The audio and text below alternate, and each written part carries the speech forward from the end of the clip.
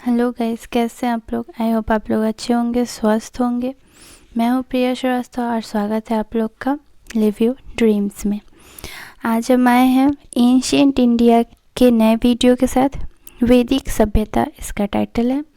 वैदिक सभ्यता से बहुत सारे प्रश्न पूछे जाते हैं, तो इसलिए इस चैप्टर को भी छोड़ना मतलब अच्छा नहीं होगा। ये चैप्टर बहुत ही इम्पोर्टेंट है। तो चलिए स्टार्ट करते हैं इस चैप्टर को। सबसे पहले ऋग्वेद वैदिक सभ्यता का जो काल है वो है 1500 से लेकर 600 ईसा पूर्व तक, और उसमें पहला काल आता है ऋग्वेदिक काल जो कि है 1500 से 1000 ईसा पूर्व, और दूसरा आता है उत्तर वैदिक काल जो है 1000 से 600 ईसा पूर्व। तो ऋग्वेदिक काल 1500 से 1000 ईसा पूर्व वैदिक सभ्यता की जानकारी के प्रमुख स्रोत वेद हैं, इसीलिए इसे वैदिक सभ्यता के नाम से जाना जाता है। वैदिक संस्कृति सभ्यता के निर्माता आर्य थे। इनका भारत आगमन लगभग 1500 ईसा पूर्व में हुआ था। आर्य लोग भारत में बाहर से आए थे, इसीलिए इनके मूल निवास स्थान को लेकर विद्वानों ने अलग अलग विचार व्यक्त किए हैं। आर्यों के मूल स्थान से संबंधित विभिन्न मत हैं। अलग अलग लोग अलग अलग मत देते हैं कि आर्य कहाँ से आए थे। कुछ लोग बोलते हैं कि वो भारत से आए थे, जिनमें है डॉक्टर राजबली पांडे। ये बोलते हैं कि वो आर्य जो थे मध्य प्रदेश से थे, भारत के। LD कल्ला बोलते हैं कि आर्य कश्मीर से थे। AC दास एवं डॉक्टर संपूर्णानंद बोलते हैं कि आर्य सप्त सिंधु प्रदेश से थे। स्वामी दयानंद सरस्वती का कहना है कि आर्य तिब्बत से थे। बाल गंगाधर तिलक कहते हैं कि आर्य उत्तरी ध्रुव से थे। कुछ लोग बोलते हैं कि आर्य एशिया में से ही थे, जैसे कि मैक्स मुलर मानते हैं कि आर्य मध्य एशिया से थे। ब्रांड स्टोन का मानना था कि आर्य किर्गिज मैदान से थे। उसी तरह गाइल का मानना था कि आर्य हंगरी से थे। प्रोफेसर पेंका का मानना था कि आर्य जर्मनी से थे। गार्डन चाइल्ड वनेरिंग का मानना था कि आर्य रूस से थे।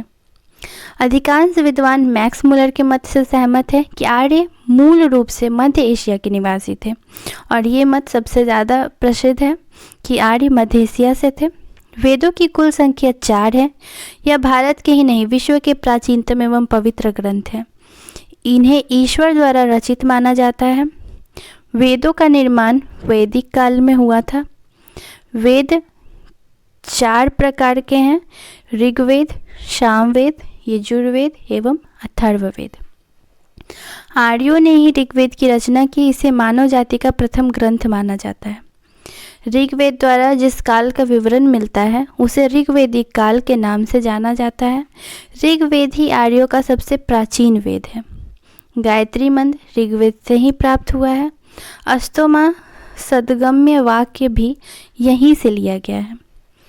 ऋग्वेद कालीन समाज प्रतिसत्तात्मक पुरुष प्रधान समाज था।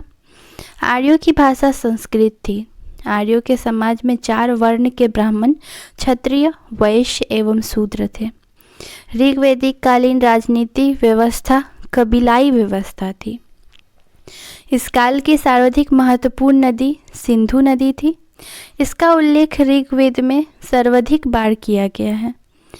इसके अतिरिक्त ऋग्वेद में गंगा नदी का उल्लेख 1 बार तथा यमुना नदी का उल्लेख 3 बार मिलता है। ऋग्वेदिक काल का सबसे महत्वपूर्ण देवता इंद्र थे। इसे वर्षा एवं युद्ध का देवता माना जाता था। इंद्र के बाद दूसरा स्थान अग्नि का था। ऋग्वेदिक काल में सती प्रथा का प्रचलन नहीं था। इस काल में संयुक्त परिवार की प्रथा का प्रचलन था।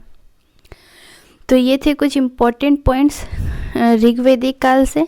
नेक्स्ट पार्ट में आएगा उत्तर वैदिक का। अगर आप लोग वीडियो अच्छा लगा हो तो इसको शेयर करें, सब्सक्राइब करें। Thank you for watching.